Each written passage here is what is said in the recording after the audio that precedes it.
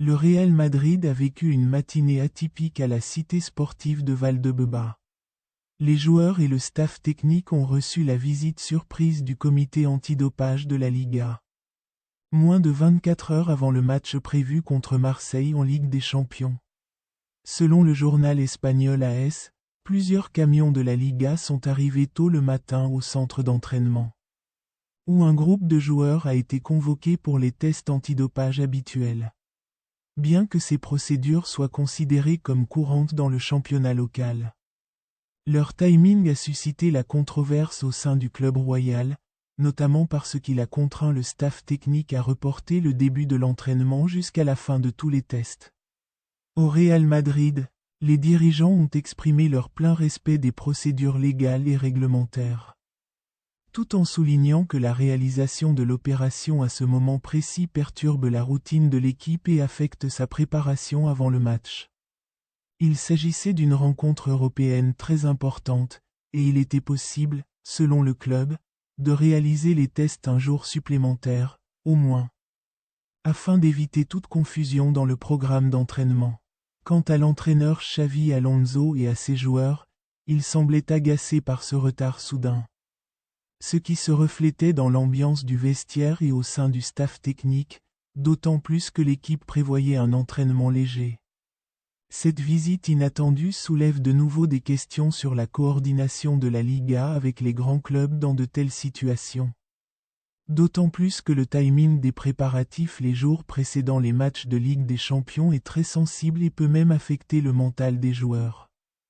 Les experts en arbitrage de la célèbre émission espagnole El Chiringuito ont convenu que la décision d'expulser le défenseur Dean Huijsen lors du match de son équipe contre la Real Sociedad était incorrecte et que l'arbitre Jesus Manzano avait exagéré la situation. Ce consensus n'est pas tombé du ciel, mais est né après une analyse approfondie de la situation controversée qui a suscité de nombreuses discussions après le match.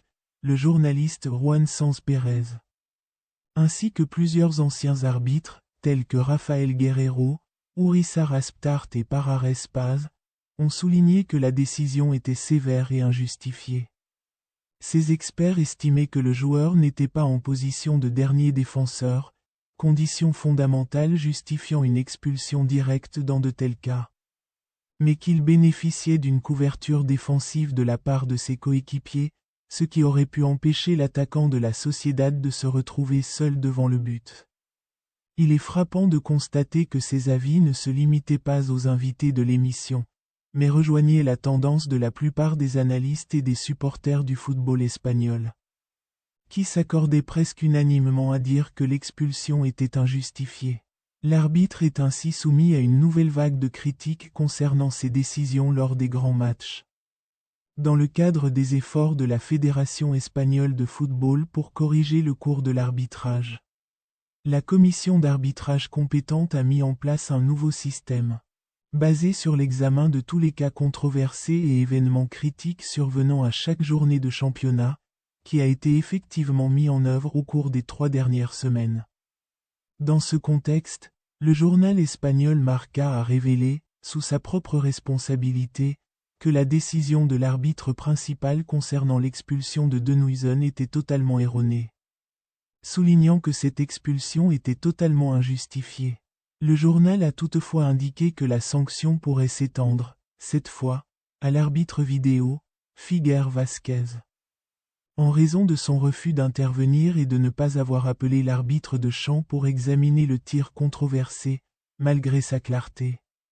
Les surprises ne se sont pas arrêtées là, puisque le journal a expliqué que l'arbitre, Jesus Manzano, qui a dirigé la rencontre, pourrait ne plus être affecté à la direction d'un match du Real Madrid avant la fin de la saison. Cette information intervient alors que le dossier des recommandations suspectes attribuées à la commission Negreira, qui ont fuité, a été rouvert.